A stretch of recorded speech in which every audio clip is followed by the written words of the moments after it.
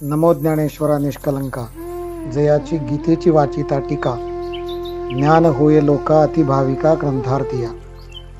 आता अभिनव वाग्विलासिनी, जे चातुर्य अर्थकला कामिनी, ते शारदा विश्वमोहिनी नमिलिनिया. मनोनी जाणते न गुरु भजिजे, तेने कृतकार्य होईजे. जैसे शाखा जैसे मूळ सिंचनी सहजे, शाखा पल्लव संतोषते. परमादरणीय गुरुवर्य डॉक्टर महाराज, परमादरणीय गुरुवर्य गेठे महाराज आणि सर्व साधकांच्या चरणी साष्टांग प्रणिपात. चिंतनाला सुरुवात करतो. आज वैशाख शुद्ध पौर्णिमा, बुद्ध पौर्णिमा आहे. आज चंद्रग्रहण पण आहे. चंद्रग्रहणाच्या या कालावधीमध्ये केलेली कोणतीही साधना, त्या साधनेचं फल इतर वेळेच्या पेक्षा या ग्रहण कालात जास्त मिळत असतं. पण आपण कुठल्याही फलाची अपेक्षा करत नाही आणि साधना मात्र आपली नित्य चालू आहे, मग ग्रहण असो किंवा नसो. आणि गौतम बुद्धांची आज जयंती आहे. महाराजांनी ग्रुपवरती एक व्हिडिओ टाकला. तो व्हिडिओ आपण सगळ्यांनी ऐकला असावा अशी आशा करतो. त्या व्हिडिओमध्ये सांगितलेलं चरित्र आणि त्यांची विचारधारा आपण आपल्या अंतःकरणामध्ये आणूया आणि 14व्या श्लोकावरचं अध्याय 6 आत्मसंयम योग, 14व्या श्लोकावरती भाष्य करत असताना माऊलींनी जे चिंतन केलेलं आहे त्याच्यामध्ये कुंडलिनी योग, कुंडलिनी शक्तीची अतिशय बारकाईने माहिती दिलेली आहे. कुंडलिनी शक्तीची जागृत करण्यापूर्वीचा बंध कसे असावेत, त्याचबरोबर कुंडलिनी शक्ती जी आहे ती कशी जागृत होते, त्या अगोदर साधकाने कोणत्या प्रकारचे बंध लावावे, मग मनाची स्थिरता कशी होते, स्थिरता झाल्यानंतर मूलबंधाच्या साह्याने अपानवायू जो कोंडला जातो, त्या कोंडल्या गेलेल्या अपानवायू काय काय करतो, शरीरातील साधकाच्या शरीरातील कोणकोणत्या गोष्टीमध्ये बदल घडून आणतो, किंवा तो काय शरीरातील कोणते आतले घटक नष्ट करतो. मग कुंडलिनी शक्ती जागी होते. मग कुंडलिनी शक्तीचं स्वरूप कसं आहे, कुंडलिनी शक्ती जागी झाल्यानंतर ती पुन्हा काय भक्षण करते, अपान वायूने काय भक्षण केलं, त्याच्यानंतर कुंडलिनी वायू काय भक्षण करते. भक्षण केल्यानंतर ती शांत आणि तृप्त होते. तृप्त झाल्यावर मग काय त्या ठिकाणी ती करते. त्यानंतर मग योग्याचं शरीरामध्ये काय बदल होतात, योग्याच्या अंगी कोणत्या प्रकारचं सामर्थ्य येतं.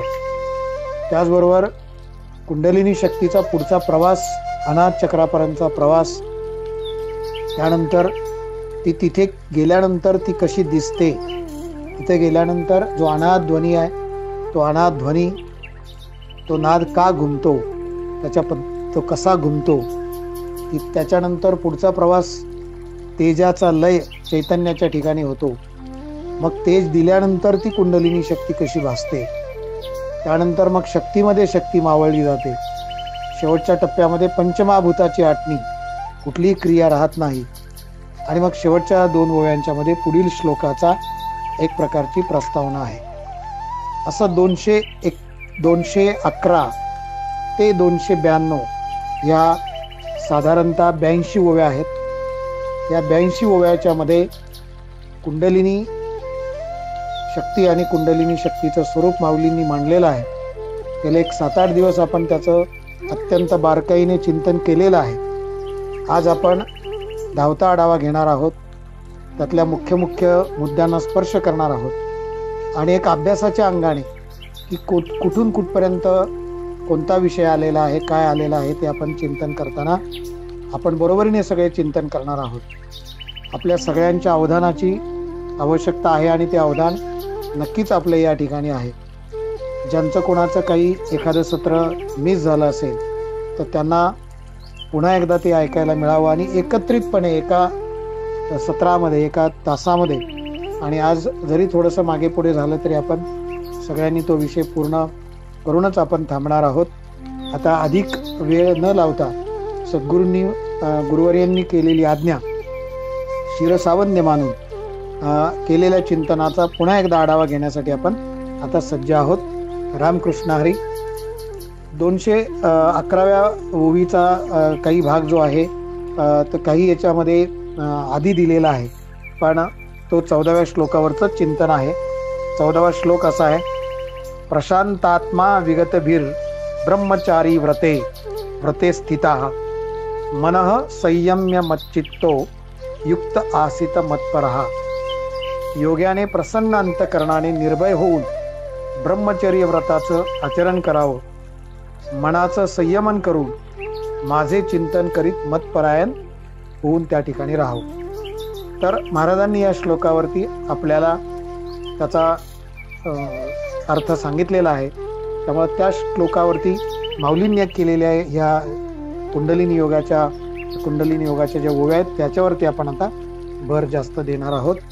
तर प्रशांतात्मा हा जो पहिला शब्द आहे त्या पहिल्या शब्दाचा ओवी माऊलींनी केलेली आहे. शरीराबाहेरीलीकडे अभ्यासाची पाखर पडे तव आतू त्राय मोडे मनोधर्माची. आधीच्या श्लोकामध्ये 13व्या श्लोकाच्या चिंतनात माऊलींनी 3 बंध त्या ठिकाणी सांगितलेले आहेत, आणि ते 3 बंध म्हणजे मूलबंध, ओडियाना बंध आणि जालंधर बंध. तो आपल्याला सगळ्यांना ज्ञात आहे की मूलबंध तिथे पायाच्या टाचेने तिथं अपान वायू खाली जाऊ दिला जाणार नाही, तो मूलबंध. त्यानंतर ओडियाना बंध जो आहे तो पोट मागच्या बाजूला खेचून पाठीला चिकटवण्याचा प्रयत्न, तो ओडियाना बंध. आणि जालंधर बंध जो आहे तो कंठमणी आत घ्यायचा आहे, मान थोडी खाली, आणि मग वरच्या दिशेला तो वायू कुठला जाणार नाही असा जालंधर बंध जो आहे तो लावलेला आहे. आणि मूलबंध, ओडियाना बंध, जालंधर बंध या आधीच्या याच्यातलं चिंतन आपण सगळं समजून घेतलेलं आहे. आणि त्या बंधाच्या मुळे काय झालेलं आहे, त्या योगाचं आसन स्थिर, आसनाचाही विचार आपण पाहिला. सगळ्या गोष्टी आता त्या ठिकाणी स्थिर झालेल्या आहेत, त्याचा अभ्यास सुरू झालेला आहे. पण त्या केलेल्या योगाभ्यासाची छाया बाहेर पडते. शरीराबाहेरील किडे अभ्यासाची पाखर पडे. पण सगळ्यात महत्वाचं काय झालं इथपर्यंत, तव आतू त्राय मोडे मनोधर्माची. तर आतल्या बाजूला मनाची चंचलता नाहीशी झालेली आहे. आणि जेव्हा मनाची चंचलता नाहीशी होते, मन स्थिर होतं, तेव्हा पुढे काय होतं ते आता आपण बघणार आहोत. तर सुरुवातीच्या ज्या 3 ओव्या आहेत 211 ते 213 यामध्ये मनाची चंचलता जाऊन स्थिरत्व आलेलं आहे. आणि म्हणून माऊली पुढे असं म्हणतात की कल्पना निमे प्रवृत्ती शमे अंगन विरमे सावियाची. कल्पना नाहीशी, मनाची स्थिरता झाली की कल्पना ज्या होतात आपल्याला पुढे काल परवा आपण विचार केला, आता पुढे येणार आहे की कल्पना जो संकल्प विकल्प जो आहे तो मनाच्या स्तरावरती असतो. आणि जिथं मन स्तर स्थिर झालं त्यामुळे कल्पना नाहीशी होते. आणि मग प्रवृत्ती शमे अंग मन विरमे सावियाची. मनाची जी बाह्य विषयाकडे असणारी धाव ती थांबते. आणि मग सहजच शरीर आणि मन त्या ठिकाणी शरीरभाव नाहीसा होतो, अंग म्हणजे शरीरभाव नाहीसा होतो, आणि सहजच मन त्या ठिकाणी शांत होतं. आणि मग योग्याला काही तहान भूक राहतच नाही. मग भूक काय झाली किंवा झोप कुठे गेली याची आठवण देखील योग्याला राहत नाही. झोपेची आठवण राहत नाही, भुकेची आठवण राहत नाही. आणि ही भुकेची आणि झोपेची आठवण न राहिल्यामुळं त्याची जी मनाची स्थिरता आहे ती अधिक दृढ त्या ठिकाणी होत असते. इथपर्यंतचाही मनाच्या स्थिरतेचा विचार ह्या 2-3 ओव्यामध्ये माऊलींनी केला. आणि मग त्याच्यानंतर 213 ते 219 ह्या ज्या 6 ओव्या आहेत, या 6 ओव्यांच्या मध्ये अपान वायू जो आहे तो काय काय करतो. तर आता आपण मूलबंधाने कोंडला गेलेला जो अपान वायू तो आता माघारी फिरलेला आहे. ऍक्च्युली तो गुदद्वाराच्या तिथून तो अपान वायू बाहेर पडत असतो, पण आपण शिश्न आणि गुदद्वाराच्या मध्ये असणारी 4 बोटाची जागा तर 1.5 बोट वर सोडून मध्ये जे 1 बोट जागा आहे त्या ठिकाणी ती टाच लावल्यामुळे तो अपान वायू कोंडला, तो माघारी फिरला, आखडला गेला. आणि मग त्याला जायला जागा नसल्यामुळे त्याने फुगवटा धरला. मागवता मोरडला तो सवेची वरी साकडला घरी फुगू लागला. आणि मग फुगल्यानंतर काय झालं की तो क्षोभलेपणे माझे, तो क्षोभला म्हणजे तो खवळला. आणि खवळल्यामुळं त्याला जागा नाही, त्यामुळे तो त्या ठिकाणी आतल्या आत तो पसरला. आणि पसरल्यामुळे त्याची गुरगुर सुरू झाली. आणि मग तो गुरगुरून काय करतोय तर तिथेच मणिपूर चक्र जे आहे, आता 6 चक्र मुख्य आणि 7वं सहस्रार चक्र, तर सगळ्यात आधी मूलाधार चक्र, मग स्वादिष्ठान चक्र, मग मणिपूर चक्र, अनाहत चक्र, विशुद्धी चक्र, आज्ञा चक्र आणि शेवटी सहस्रार चक्र. तर हा मूलाधार चक्राच्या तिथे असणारा अपान वायू तिथे जायला जागा नाही, म्हणून तो वरती आला, गुरगुरायला लागला आणि तो जो मणिपूर चक्र आहे त्या मणिपूर चक्राला त्याने धक्के द्यायला सुरुवात केली. मणिपुरेसी झुंजे राहोनिया. मग काय झालं, मग थावली वाहटोळी सैंग घेऊन घर ढवळी बाळपणीची कुही टोळी बाहेर घाली. मग अपान, आता हा जो विचार चाललाय तो अपान वायू काय करतो, तर अपान वायू तो खवळलेला आहे, तो गुरगुरायला लागलेला आहे, उन्मत्त झालेला आहे. मग देहाच्या आतमध्ये तो काय करतो, शोध घेऊन घेऊन बालपणापासूनची जी कुचकी घाण आहे ती घाण तो शरीराबाहेर तो काढून टाकण्याचा प्रयत्न करतो, म्हणजे ती नष्ट करतो. ती घाण जी आहे लहानपणापासून माणसाने, साधकाने जे जे काही खाल्लं असेल, जे जे काही त्याच्या शरीरामध्ये वेगवेगळ्या रूपात साठलेलं असेल, तर ते सगळं तो त्या ठिकाणी ते नष्ट करतो. आणि आत वळायला कुठेही जागा नसल्यामुळे मग तो कोठ्यात प्रवेश करतो. आणि मग तिथे गेल्यावर काय करतो, तर कफ पित्ताचे थारे उरोनेदी. कफ आणि पित्त जो तिथे शरीरामध्ये आहे त्याचा थारा सुद्धा तो त्या ठिकाणी राहू देत नाही. पुढे काय करतो, तर धातूंचे समुद्र उलंडी मेदाचे पर्वत फोडी आतली मज्जा काढी अस्थिगत.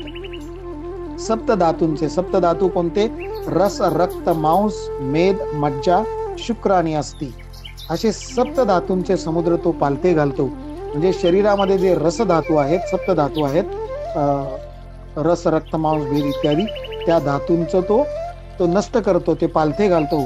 त्याचबरोबर मेदाचे पर्वत फोडतो. मेद म्हणजे चरबी जी शरीरामध्ये आहे ती सर्व नष्ट करतो. एवढंच नव्हे तर हाडामधील मज्जा सुद्धा तो काय करतो, बाहेर काढतो. त्यानंतर महत्वाची गोष्ट घडते ती नाड्यांच्या मध्ये. नाडी ते सोडवी गात्रा ते विघडवी साधका ते भेडसावी परी भियावे ना. नंतर मग नाडी ते सोडवी म्हणजे नाड्यांच्या मध्ये असणाऱ्या ज्या गाठी आहेत, नाडी म्हणजे वायू मार्ग, ज्या मार्गातून वायू जातो तो मार्ग, तर त्या नाड्या खुल्या होतात. नाड्यांच्या मध्ये असणाऱ्या ज्या गाठी आहेत त्या गाठी त्या ठिकाणी नष्ट होतात. आणि हे इतकंच खरं आहे की कुठली गाठ नाडीमध्ये, अगदी रक्तवाहिनीमध्ये शारीरिक स्तरावरती विचार करायचा झाला तरी शरीरामध्ये गाठ असेल तर मग हार्ट अटॅक येणं, ती गाठ मेंदूकडे सरकली तर पॅरालिसिस होणं, ज्या कुठे अवयवाच्या तिथे ती गाठ जाईल तिथल्या अवयवाचं काम थांबतं. म्हणून गाठ त्या ठिकाणी नष्ट होणं गरजेचं आहे. इथल्या नाड्या खुल्या करतो, अवयव शिथिल करतो आणि साधकाला तो घाबरवतो, साधकाला भीती दाखवतो. परंतु माऊली असं म्हणतात किंवा भगवान श्रीकृष्ण असं म्हणतात, आता भगवान श्रीकृष्ण नाही, माऊलीच असं म्हणतात की तो तुम्हाला घाबरवणार आहे, तो अपान वायू घाबरवणार आहे, पण घाबरू नका. विगत भीर म्हणजे निर्भय व्हा, हा जो श्लोकातला विचार आहे तो घाबरवणार आहे तुम्हाला, पण घाबरायचं काही कारण नाही, घाबरू नये. आणि पुढे काय करतो, कसा घाबरवतो, व्याधी ते दावी सवेची हरवी आप पृथ्वी कालवी एक वाट. तो काय करतो, काही रोग त्या ठिकाणी निर्माण करतो, तो रोगांना दाखवतो. साधकाला वाटतं आता मला कुठला रोग होतो की काय, पण ते रोग त्या ठिकाणी तो निर्माणही करतो आणि नाहीसे लगेच करतो. म्हणजे साधकाला आधीच सांगितलं की तू घाबरू नको, परंतु घाबरू नको म्हणलं तरी माणूस घाबरतोच शेवटी, म्हणून तो रोग आल्यासारखं करतो आणि लगेच मात्र त्या ठिकाणी तो रोग नाहीसे करतो. पण सगळ्यात महत्वाचं या ओवीमध्ये आपल्या लक्षात येतं की पृथ्वी आणि पाणी म्हणजे पृथ्वी आणि आप हे जे दोन धातू आहेत पंचमहाभूतातले, त्या दोन धातूंचा त्या ठिकाणी तो लय करतो किंवा ते दोन धातू जे आहेत ते नष्ट करतो. आणि पृथ्वी आणि पाण्याचे जे अंश आहेत ते एकात एक कालवतो. आप पृथ्वी कालवी एक वाट. मग तव येरीकडे धनुर्धर आसनाचा उभारा.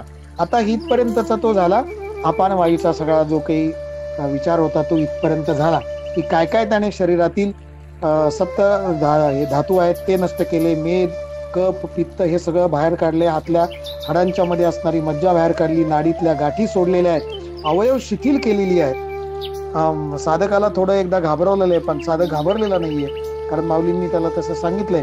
काही रोग येतात आणि पुन्हा रोग त्या ठिकाणी नष्ट होतात.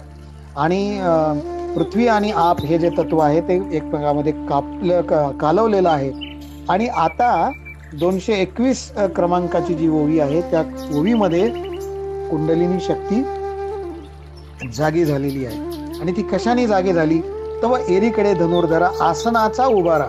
सगळ्यात महत्वाचा मुद्दा अभ्यास ह्या श्लोकावरती चिंतन करताना कुंडलिनी शक्ती नेमकी जागी कशामुळे झाली, तर अपान वायूने तर त्याचं ते सगळं काम आधी केलेलं आहे, पण वज्रासनामध्ये तो साधक बसलेला आहे आणि तो दीर्घकाळ बसलेला आहे. वज्रासनामध्ये बसल्यामुळे त्या आसनाचा उभारा, म्हणजे हा मुद्दा आपण आता महत्वाचा लक्षात घ्यायचा. आसनाची जी उष्णता आहे, कोणत्या आसनाची? वज्रासन म्हणूया, त्याला पद्मासन असंही नाव आहे. तर त्या वज्रासनाची जी उष्णता आहे, ती उष्णता शक्ती करी उजगरा, त्या शक्तीला, कुंडलिनी शक्तीला, कुंडलिनी ते जागृत करते.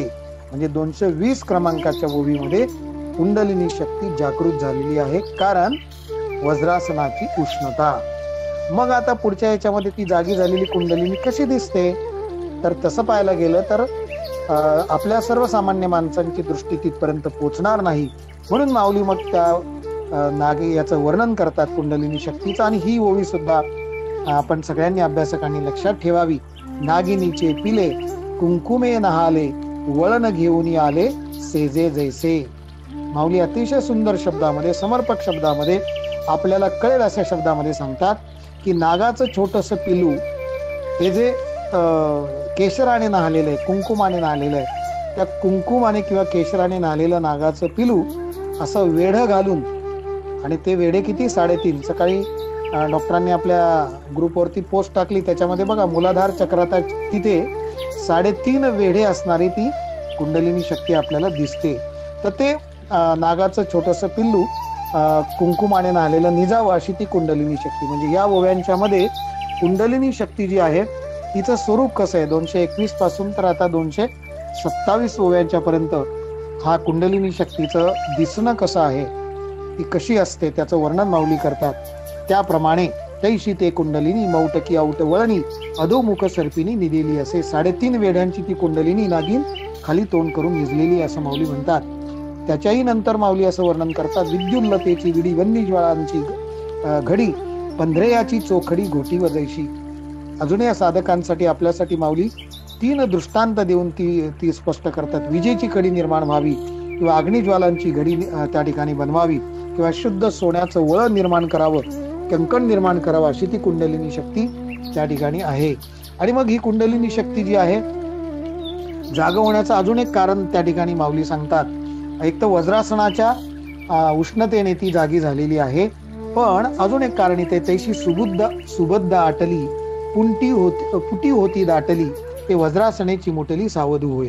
वज्रासनाचा तर विषय आहेच, पण ती जी तेजस कुंडलिनी जी आहे ती त्या ठिकाणी त्या वज्रासनामुळे आणि देह संकुचित झाल्यामुळे, बघा वज्रासनामुळे खाली हे झालं, पुन्हा उडियाना बंधामुळे काय झालं, पोट आत घेतलं जातं. आपल्याला हरिदासजींनी दाखवलं होतं. आणि ते पोट आत घेतल्यामुळं त्या ठिकाणी ती संकुचित देह झाला, आणि मग संकुचित देह झाल्यामुळे चिमटली गेल्यामुळे ते वज्रासने चिमुटली सावधू होय, आणि त्यामुळे ती सावध झाली. एक साधं उदाहरण घ्या व्यवहारातलं, की एका बेडवरती आपण 2 मुलं झोपलेली आहेत. मग 3रा मुलगा त्या ठिकाणी येऊन तो थोडासा सगळ्यांना दाटीवाटी करतो, आणि मग तो मधला जो कोणी झोपलेला असेल सगळ्यात आधी, त्याला दोन्ही बाजूने असं जर चिमटला गेला तर तो सावध होतो, जागा होतो, कारण त्याला पहिल्यांदा तो ऐसपैस झोपलेला असतो, त्याची कुंडलिनी निवांत असते खाली, परंतु ती चिमटली गेल्यामुळे जागी होते. म्हणजे 2 कारण आपल्याला इथे लक्षात येतात, की एक तर वज्रासनाच्या उष्णतेने ती जागी झाली, आणि ह्या वज्रासनामुळे आणि देह संकुचित झाल्यामुळे, ती चिमुटली गेल्यामुळे ती सावध झाली. आणि मग ती सावध झाल्यानंतरचं वर्णन माऊली पुढच्या याच्यामध्ये करतात. कशी आहे ते, तर नक्षत्र जैसे उलंडले की सूर्याचे आसन मोडले, तेजाचे बीज विरुडले अंकुरेशी. आणि मग जण नक्षत्र तुटून खाली पडावं किंवा सूर्य स्थानभ्रष्ट होऊन खाली यावा किंवा प्रकाशरूप बीजालाच अंकुर फुटावा, अशी ती कुंडलिनी शक्ती त्या ठिकाणी तेजाने ती भासत असते. तर 2 सत्व गेलेली आहेत, तत्व गेलेली आहेत, पृथ्वी आणि जल, परंतु तेज मात्र त्या ठिकाणी अतिशय प्रखरतेने, आणि म्हणून त्या जणू काही बीजा, त्या प्रकाशरूप बीजालाच अंकुर फुटावा. त्याप्रमाणे ही कुंडलिनी काय करते, तैशे वेडिया ते सोडीती कौतिकी अंग मोडीती कंदावरी शक्ती उठली दिसे. आणि मग ती 3.5 वेडे जे असतात ते वेडे आळोखे पिळोखे देत सहजपणे त्या ठिकाणी ती जागी होते, ते वेडे सोडवते. आणि जर बाहेरच्या बाजूनी पाहिलं तर ती कंदावरी, कंद म्हणजे नाभिस्कंद जो आहे त्या ठिकाणी ती उठली दिसे, ती त्या कंदावर उठलेली दिसते. म्हणजे कधी कधी जसा अंगावर वळ उठतो तसं जर बाहेरून पाहिलं तर त्या बेंबीच्या तिथे थोडंसं असं आपल्याला ती जागी झालेली, जर बाहेरच्या कोणी पाहिलं तर ती जागी झालेली त्या ठिकाणी ती त्या स्वरूपाने दिसते. आणि ही कुंडलिनी कशी आहे माऊली असं म्हणतात की सहजे बहुता दिवसांची भूक, खूप दिवसांची भुकेलेली ही कुंडलिनी शक्ती आहे. त्यामुळे मग आणि ती डिवचली गेलेली आहे आणि मग ती काय करते, रागावून असं वरती तोंड पसरते.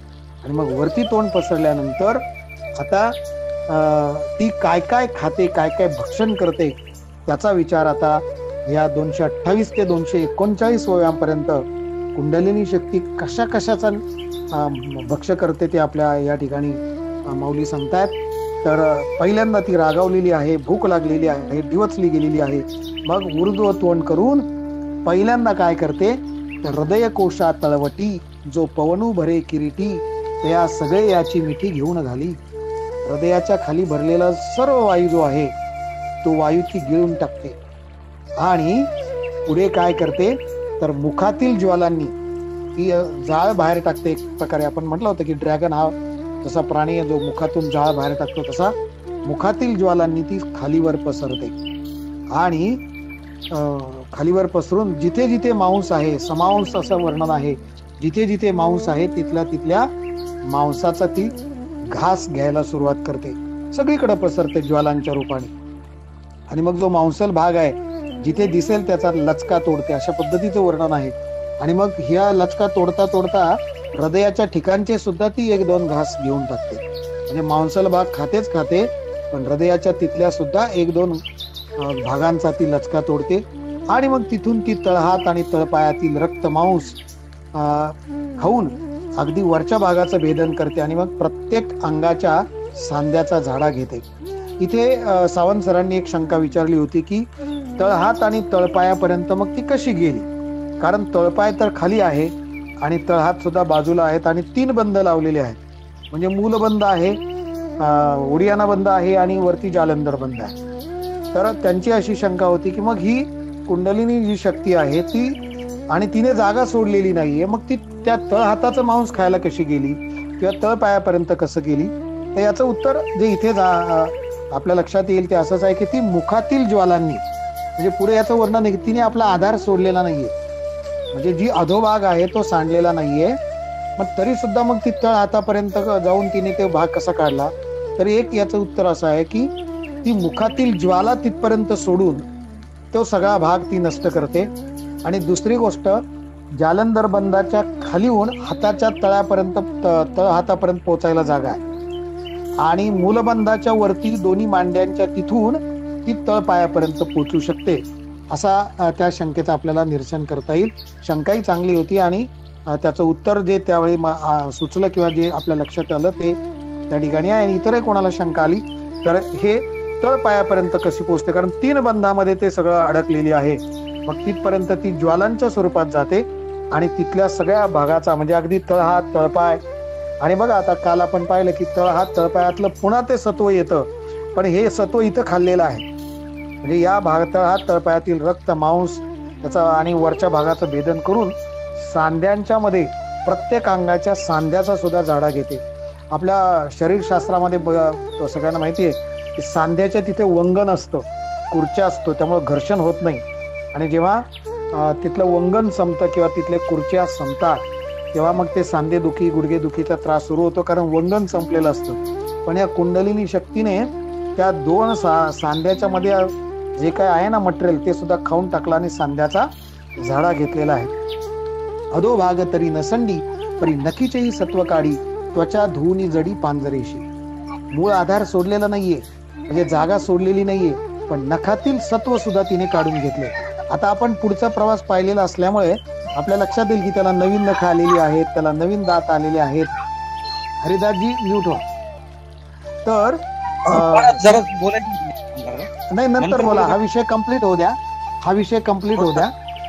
हा मग शेवटी आपण याच्यावरती हे करूया, कारण तो आज आपल्याला तो पूर्ण करायचा आहे असं महाराजांनी सांगितल्यामुळं मी आपल्याला चालेल महाराज चालेल. हो हो हो हो. तर मुद्दा असा आहे की आता पुढचं वर्णन आपल्याला सगळं माहिती असल्यामुळे आता पुन्हा मागचा धागा लागतो इथे की नखातील सत्व काढून घेतलेले, त्वचा धुवून स्वच्छ करून हाडांच्या सापळ्याला ती चिकटून दिलेली आहे. एवढंच नव्हे तर हाडांच्या नळ्या, अस्थीचे नळे निरपे, शिरांचे हिर ओरपे, तव बाहेरी विरुडी करपे रोमबीजांची. हाडांच्या नळ्या शिरा ओरपून काढलेल्या आहेत, त्यामध्ये काही ठेवलेलं नाही. एवढंच नव्हे तर केसांच्या बीजांची वाढ जिथं होते त्या रोमाची मुळं, रोमबीजांची मुळं ही सुद्धा करपून टाकलेली आहे. त्यामुळं त्या साधकाच्या शरीरावर केस सुद्धा राहिली नाहीत, कारण केसांची मुळं त्या ठिकाणी पूर्णतः नष्ट झालेली आहेत. मग काय झालं? सप्तधातूंच्या सागरी तहान नेलेली घोटभरी आणि सवेची उन्हाळा करी खडखडीत. पुढं असं सांगितलंय, सप्तधातूंना पिऊन ती आपली तहान भागवते आणि शरीरामध्ये खडखडीत उन्हाळा करून टाकते. काहीही त्या ठिकाणी शिल्लक राहत नाही. म्हणजे अशा प्रकारे सप्तधातू, ते कप, हे जे काय आहे कप, तर ते आधीच अपान वायूने संपवलेले होते आणि राहिलेलं त्या साधकाच्या शरीरामधलं हे सगळं त्या कुंडलिनी शक्तीने पिऊन टाकलं आणि ती काय झाली? खडखडीत उन्हाळा केला. तिची तहान भागलेली आहे. पुढं काय करते की नासा पुटवणी वारा, जो जात असे आंघोळे बारा, तो गच्च धरुणी माघारा अतू घाली. दोन्ही नागपुड्यातून 12 बोटे, 12 आंघोळे पुढे वारा वाहत असतो, तर त्यालाही त्याने गच्च धरून ठेवलेला आणि त्याला आतमध्ये मागे ढकललेला आहे. आणि मग पुढे अपान वायू जो आहे, जो खालच्या बाजूला असतो, त्या खालच्या बाजूला असणारा अपान वायूला वर खेचलं, वरच्या बाजूला असणारा प्राणवायू खाली खेचला आणि मग प्राण आणि अपान वायूची त्या ठिकाणी भेट झाली आणि त्या भेटीमध्ये षटचक्राचं भेदन होतं आणि षटचक्रांचे फक्त पदर त्या ठिकाणी उरतात. ते तर अधो वरवते आकुंचे, ऊर्ध्व तळवते खाचे, तया खेवा माझी चक्राचे पदर उरती. मग हे प्राण आणि अपान वायू, खालचा अपान वायू वर, वरचा प्राणवायू खाली, त्याचं आलिंगन त्या ठिकाणी झाले आणि मग त्या दोन्हीच्या आलिंगनामध्ये षटचक्राचं भेदन होऊन फक्त त्या ठिकाणी त्या 2 चक्राच्या मध्ये असणारी पातळ पदर त्या ठिकाणी उरलेले आहेत. आणि पुढे आपल्या लक्षात येणार आहे की ते पदर सुद्धा नष्ट होतील, पण आता सध्या पदर उरलेले आहेत तिथे. म्हणजे एकदम सीमांत रेषा जी आहे ती त्या ठिकाणी आहे. एरवी तरी दोन्ही तेव्हाची मिळती, परी कुंडलिनी नावेक दुश्चित्त होती, ते तया ते म्हणे परवती तुम्हीची कायसी. वास्तविक पाहता प्राण आणि अपान वायूचं मिलन कधीच पूर्ण झालं असतं, परंतु कुंडलिनी शक्ती त्या ठिकाणी ती काय आहे? कोपायमान झालेली आहे आणि चिडलेली आहे. आणि मग ती त्यांनाच म्हणते, तुमचं काय काम आहे रे इथे? चालते व्हा, तुम्ही इथून पळा बरं, थांबू नका इथपर्यंत.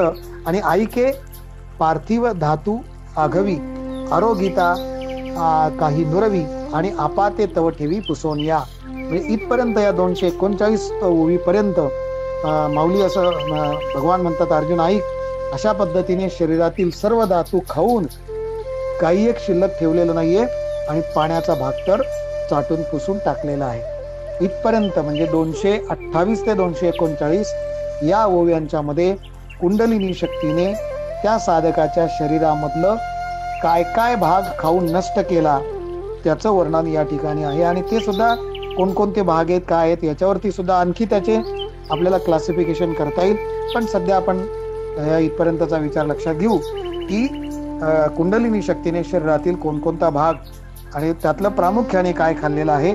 तर जे पार्थिव आहे, पार्थिव म्हणजे पृथ्वी संबंधीचं जे तत्व आहे, जड तत्व जे आहे ते, आणि आप, हे दोन्ही त्या ठिकाणी नष्ट करून एकदम चाटून पुसून क्लीन करून टाकलेले. त्या साधकाचं शरीरामधलं धातू म्हणजे पृथ्वी, पार्थिव आणि जलतत्व हे काहीच ठेवलेलं नाहीये. आता पुढे 240वी ही ओवी जी आहे याच्यामध्ये कुंडलिनी शक्ती तृप्त झालेली आहे. ऐसी दोन्ही भूते खाये, ते वेळी संपूर्ण धाये, मग सौम्य होऊन राहे सुषुम्ने माझी. ही कित्येक दिवसांची भुकेलेली, त्यात दिवचलेली कुंडलिनी शक्ती जी सापाच्या लहान पिलाच्या आकाराची आहे, तिने ही 2 तत्व खाल्ली, पृथ्वी आणि जल ही 2 भूत खाल्ली आणि मग ती काय झाली? पूर्ण तृप्त झाली आणि मग शांत होऊन कुठं स्थिर राहिली? सुषुम्ने पाशी. सुषुम्ना नाडी, सुषुम्ना जी नाडी आहे आपल्याला माहिती, इडा पिंगला आणि मधली जी सुषुम्ना नाडी आहे, त्या सुषुम्ना नाडीच्या तिथे ही कुंडलिनी शक्ती तृप्त होऊन तृप्त झालेली आहे. ह्या ओवीमध्ये ही तृप्तता आहे. आणि मग पुढे कुंडलिनी शक्ती तृप्त झाल्यानंतर ती काय करते? आतापर्यंत सगळं घेतलं त्या कुंडलिनी शक्तीने, मग आता ती काय करते ते 241 ते 248 या ओव्यांमध्ये हा विचार त्या ठिकाणी आलेला आहे. तर काय करते ते? तृप्तीचे नि संतोषे गरजे वनी मुखे, तेने तियेचेनी पियुषे पियुषे प्राणुजिये. आणि मग तृप्त झालेली आहे, तृप्तीचा ढेकर दिलेला आहे आणि तृप्तीने समाधान होऊन तिने तोंडातून गरळ ओकलेली आहे. पण ही गरळ आणि ओकणे, गरळ म्हणजे विष आणि हे ओकणं, पण ते शब्दार्थ घेऊ नका. हे गरळ जे आहे, जसं म्हणतो ना आपण पालीचा गरळ असा शब्द वापरला जातो. घरामध्ये पाल फिरली तरी सुद्धा मग ते आंघोळ करावी लागते, अंग बोटावरनं गेली तर तसं ती पालीचा गरळ ज्याला आपण म्हणतो ते सुद्धा विष असतं. तसं या कुंडलिनी शक्तीने तोंडातून गरळ ओकलेली आहे, पण ही गरळ विष नाही बरं, ती अमृतासारखी गरळ आहे. आणि ते जे अमृत आहे, तिने ओकलेलं अमृत जे आहे ते काय करतं, प्राण जिये प्राणुजिये. तेने तियेचेनी पियुषे प्राणुजिये. त्या कुंडलिनी शक्तीने जे काही अमृत ओकलेलं आहे त्या अमृतच काय करतं, प्राणवायूचं रक्षण करतं. प्राणवायू पण म्हणूया आपण आणि त्या साधकाचा प्राण पण म्हणूया. या दोघांचंही म्हणजे प्राणवायूचं, इथं शब्दशः अर्थ प्राणवायूचं रक्षण त्या अमृत तत्वाने होतं. तो अग्नी आतुनी निघे परिसभाय निवऊची लागे, ते वेळी कसू बांधिती अंगे सांडिली पुढती. मग तो अग्नी आहे, तो विषरूपी अग्नी आहे, तो आतून निघालेला आहे. मग अग्नी म्हणल्यानंतर त्याने काय करायला पाहिजे, त्याने खरं तर जाळायला पाहिजे. पण हा अग्नी अमृत रूप आहे, गरळ रूप अग्नी बाहेर येतो आणि मग त्या साधकाच्या सर्वांगातील दाह शमवितो. परिसभाय निवऊची लागे. जे काही तप्तता शरीरामध्ये आलेली असेल ते सगळं निवऊची लागे. आणि मग त्यानंतर आता इथून पुढं ती जी शक्ती आहे ती शक्ती साधकाला त्याचा सामर्थ्य जे गेलेलं असतं ते वेळी कसू बांधिती अंगे सांडीला पुढती. जे गेलेलं सामर्थ्य असतं त्या साधकाचं ते सामर्थ्य पुन्हा येऊ लागतं. त्यानंतर एक आणखी महत्वाचा या ठिकाणी गोष्ट घडते आणि ती म्हणजे काय, तर ती अशी आहे की मार्ग मोडीती नाडीचे नवविधपण वायूचे, जाय म्हणून शरीराचे धर्म नाही. ही सुद्धा एक ओवी अत्यंत महत्वाची आहे. नाड्यांचं वाहन बंद होत. नाड्या कोणत्या, इडा आणि पिंगला, डाव्या आणि उजव्या नाडीतून जे वाहन आहे ते बंद होत.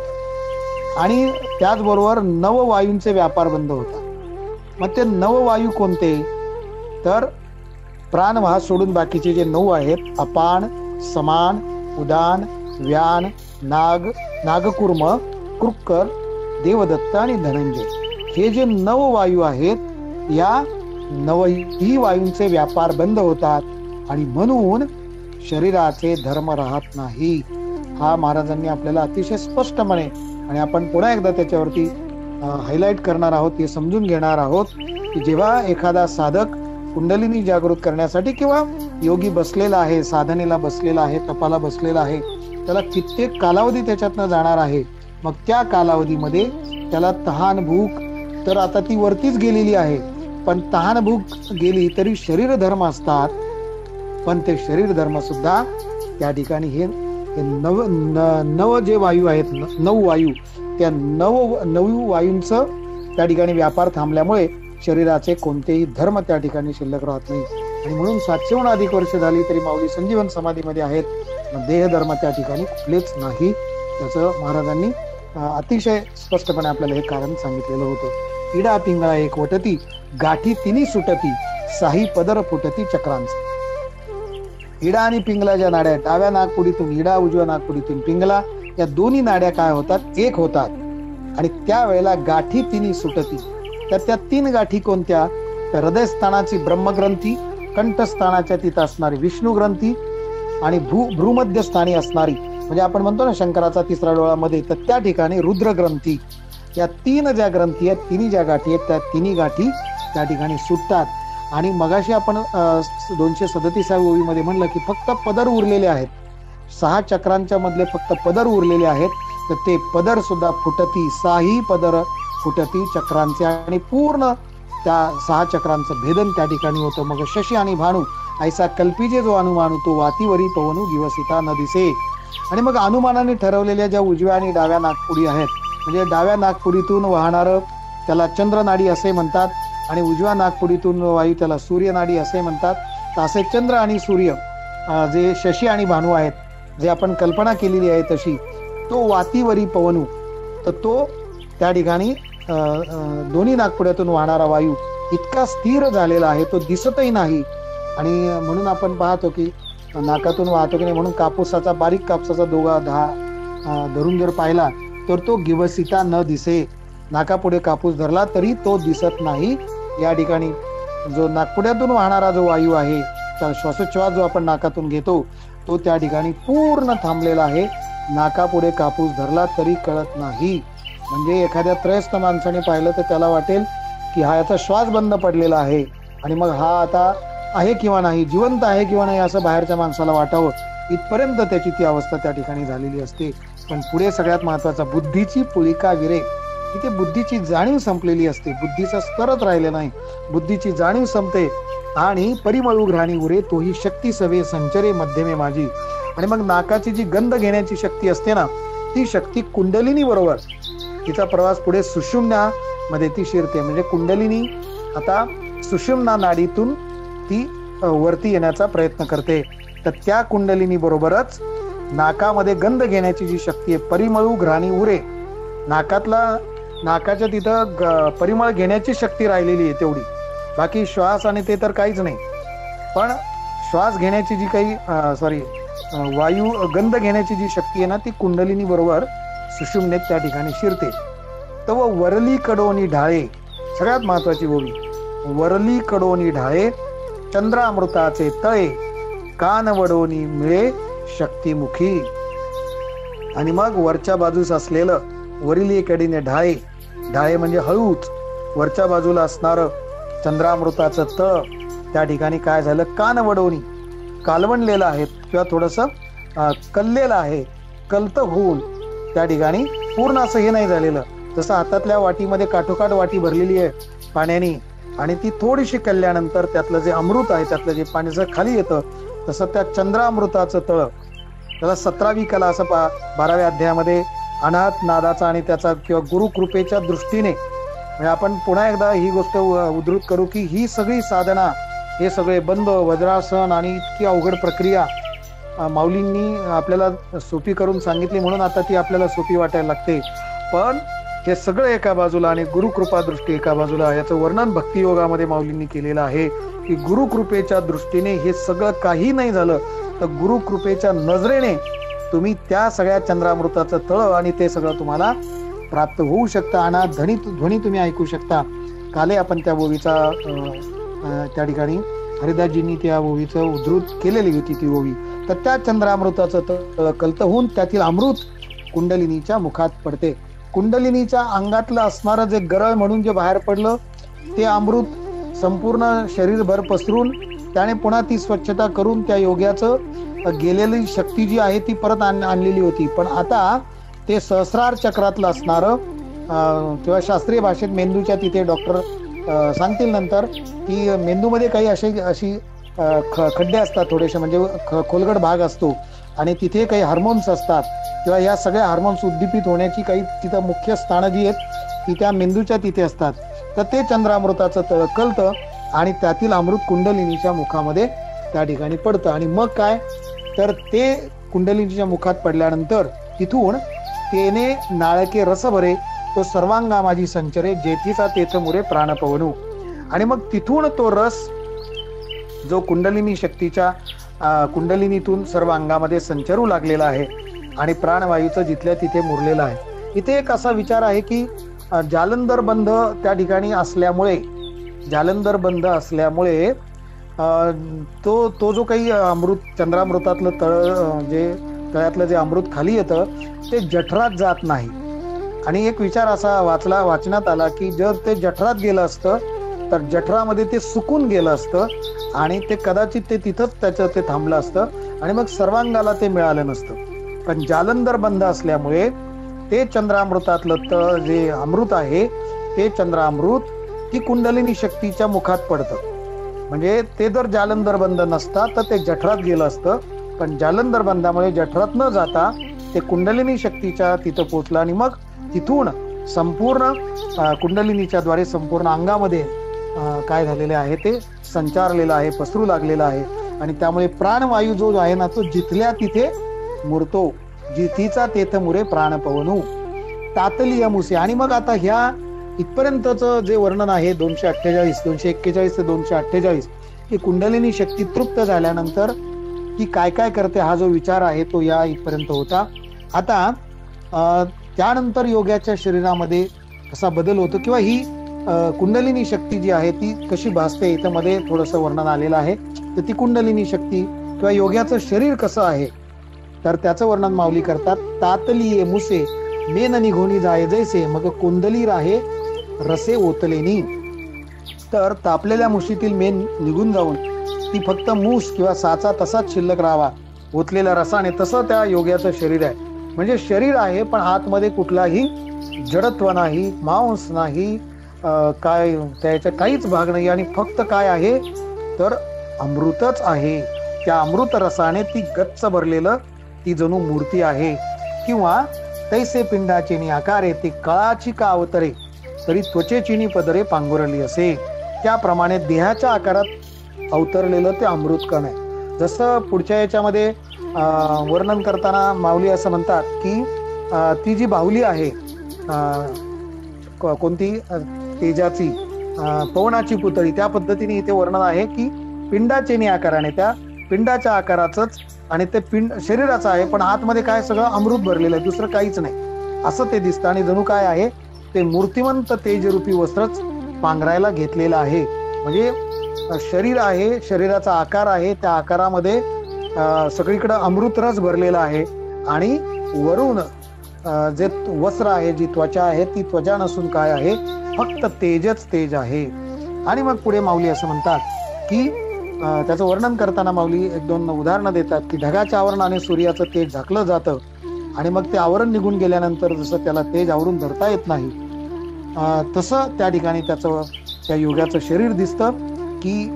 आणि मग पुढे काय होतं तर शरीरावर काय काय परिणाम होतात की आतड्याचं वरचं जे कातडं आहे त्याचा कोरडा पापुद्रा कोंड्यासारखा निघून जातो. म्हणजे जसं जखम झाल्यावर आपली ती डेड स्किन जी आहे ती निघून जाते तसं त्या योग्याच्या शरीराची बाह्य त्वचा ज्याच्यातलं सत्व सगळं निघून गेलेलं होतं ती पूर्ण जडून जाते. आणि मग तो कसा दिसतो तो मूर्तिमंत स्फटिक दिसतो. काश्मीरीचे स्वयंभ का रत्नबीजा निघाले कोंब अवयव कांतीची भांब तैसी दिसे.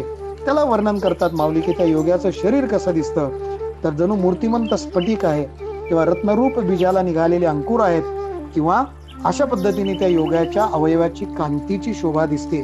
तेजपुंज असं शरीर, प्रकाश रूप असं शरीर त्या ठिकाणी दिसतं. मग माऊली आणखी वर्णन करताना म्हणतात की जणू सायंकाळच्या आकाशाच्या रंगाची लाली काढून त्याचं अंग बनवलेलं काय आहे, त्यानं बनवलं आहे काय, इतकं तेजपुंज. लालबुंद म्हणजे लहान मूल जन्माला आल्यानंतर जसं त्याचं एकदम असं कोवळीकता शरीराची असते तसं जणू काही संध्याकाळच्या आकाशाचा लाल रंग काढून त्याच्याच याचं शरीर बनवलेलं आहे काय किंवा आत्मचैतन्याच्या तेजाचं लिंग केलेलं आहे काय. मग पुढे असं म्हणतात की केशराने पूर्ण भरलेले किंवा अमृताने ओतलेले अथवा जे पाहताना वाटते की ते मूर्तिमंत शांतीच आहे. कुंकुमाचे भरी वसिद्ध रसाचे ओतीव मज पाहता सावेव शांतीची ते. जणू काही त्या कुंकुमाने भरलेलं केशराने भरलेलं अमृताने ओतलेलं किंवा ते मूर्तिमंत शांती म्हणजे शांती ही अशी स्वरूपात नाही आकारात दाखवता येणार नाही पण त्या योगाचं शरीर म्हणजे मूर्तिमंत शांतीरूप असते. पुढे माऊली असं म्हणतात की आनंदाचं चित्र आता ही आपल्या कल्पनेच्या पलीकडचे आनंदाचं चित्र, परंतु त्या आनंदरूपी चित्राचं म्हणजे त्या योगाचं शरीर म्हणजे काय आहे तर आनंदरूपी चित्राचा रंग जणू तो चित्राचा रंग आनंदरूपी चित्राचा जणू त्याचं शरीर रंग आहे किंवा ब्रह्मसुखाची प्रत्यक्ष मूर्ती आहे किंवा संतोष रूप जे झाड आहे त्या झाडाचं ते बळावलेलं रूप आहे. तो योगी म्हणजे कसा आहे माऊली असं म्हणतात कनक चंपकाचा कळा की अमृताचा पुतळा नाना सासिन्नला मळा कोवळिकेचा. जणू सोन चाफ्याची मोठी कळी आहे, अमृताचा पुतळा आहे, नाजूकपणाचा मळ आहे. किंवा शरद ऋतूच्या आज पौर्णिमा योगायोगाने बघा शरद ऋतूतील पौर्णिमेच्या ओलाव्याने प्रफुल्लित झालेलं जणू ते चंद्रबिंब आहे. इतकं सुंदर वर्णन माऊली त्याच्या शरीराचं करतात. मूर्तिमंत तेज आहे आणि त्याच्याही पुढे जाऊन असं माऊली म्हणतात तेजची मूर्त बैसले आसनावरी. जणू काही आसनावरी मूर्तिमंत तेज बसलेलं आहे. आणि हे सगळं वर्णन आपल्याला माऊलींकडे पाहून किंवा माऊलींचं वर्णन, माऊली जरी योग्याचं वर्णन करत असले तरी हे माऊलींचं वर्णन आहे आपल्यासाठी आणि माऊली कसे असतील समाधीस्थ बसलेले. जर आपल्याला नाथबाबांच्या बरोबर जाण्याचा योग आला असता तर आपल्याला ते मूर्तिमंत तेज आसनावरती बसलेलं आहे असं त्या ठिकाणी जाईल. म्हणजे आपल्याला जर मिळाली शक्ती सगळं बघायची तर आपल्याला डोळे दिपण्या इतकं तेज माऊलींच्या समाधीच्या तिथे पाहायला मिळेल. जणू मूर्तिमंत तेज आसनावरती बसलेला आहे. त्यानंतर म्हणजे हा एक 249 पासून पुढे 68 पर्यंतचा योगाच्या शरीराचा हा सगळा वर्णन चाललेलं आहे. तैसे शरीर होय जे वेळी कुंडलिनी चंद्रप्रिय मग देहाकृती बिहे कृतांतुगा. मग कुंडलिनी चंद्रामृत पिल्यानंतर या योगाचं शरीर असं होतं, कसं होतं की त्या देहाकडे पाहून यम सुद्धा घाबरतो. आणि आपण चांगदेव महाराजांचं या बाबतीत उदाहरण घेतलं होतं की योगी या स्थितीला असताना कृतांत काळ सुद्धा त्याचं काही बिघडू शकत नाही, त्याला घेऊन जाऊ शकत नाही. पुढे काय होतं, माऊली असं म्हणतात, हे काय कशाचं वर्णन आहे, हे कुंडलिनी शक्ती जागी झालेली आहे, तिने अमृत प्राशन केलेलं आहे आणि त्याने कुंडलिनी शक्तीने जो जो काही याच्या आधीचा घास घेतला त्याची एक प्रकारे परतफेड ती करते. योगासाठी काय करते, म्हातारपण संपवते, तारुण्य संपवतं आणि गेलेली बाल्यावस्था परत येते. वार्धक्य तरी बहुडे तारुण्याची गाठी बिघडे लोपली उघडे बाळदशा.